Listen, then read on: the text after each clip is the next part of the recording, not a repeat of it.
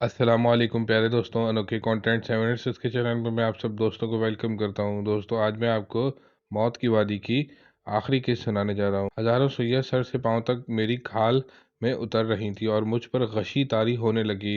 आखिरकार मैं बेहोश होता चला गया। जब मुझे होश आया तो मैं घर में बिस्तर पर पड़ा हुआ था और मेरे करीब ही चमोली का हिंदू हकीम बैठा था। वालिद वालदा बहुत सख्त परेशानी के आलम में मेरे पास ही खड़े थे। मुझे यकीन नहीं आ रहा था कि मैं जिंदा हूँ, लेकिन जिस्म के हर जोड़ और अंग अंग में जो दर्द उठ रहा था वो मुझे यकीन दिला रहा था कि मैं अभी मरा नहीं, मुझे तड़प तड़प कर मरना है। हकीम ने मुझे बचा ही लिया था।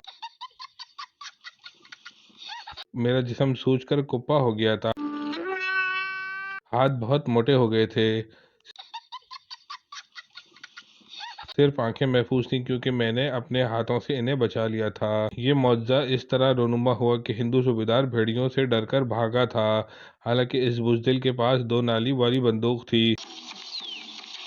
दूर जाकर इसने देखा कि मैं नहीं भागा तो इसने 2 फायर कर दिए ताकि भेड़िए डर कर भाग जाएं। मगर दोनों कारतूस के छर्रे शहद की छत्तों में घुस गए। मैं इनके नीचे खड़ा था। मक्खियां बिफर कर उठीं और ना सिर्फ मुझ पर बल्कि वो भेड़ियों पर भी टूट पड़ी।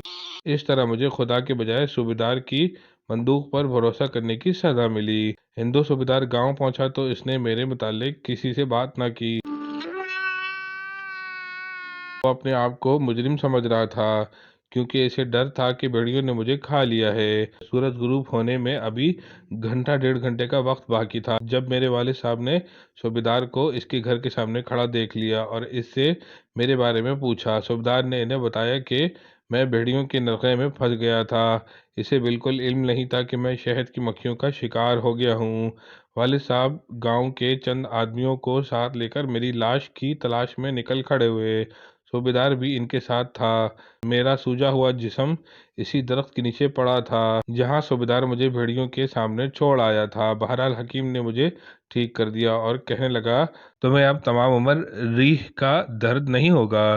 शहद की मक्खी के जहर में ये खूबी होती है कि किसी इंसान के खून में शामिल हो जाए तो इसे रीह का दर्द नहीं होता और बढ़ापे में भी इसके जिस्म के जोड़ मजबूत रहते हैं। मगर मैं किसी को मशवरा नहीं दूंगा कि वो रीह के दर्द का वही इलाज करे जो मेरा हुआ था। दोस्तों, ये थी मौत की वादी की आखिरी किस्त। अगर आपको ये किस्त अच्छी लगे तो उसको ज्यादा से ज्यादा लाइक कीजिए, शेयर कीजिए और मेरे चैनल अनोखे कंटेंट्स 7 को सब्सक्राइब जरूर कर दीजिएगा, जिससे मेरी हौसला अफजाई होगी। जज़ाकल्लाह। अस्सलाम वालेकुम।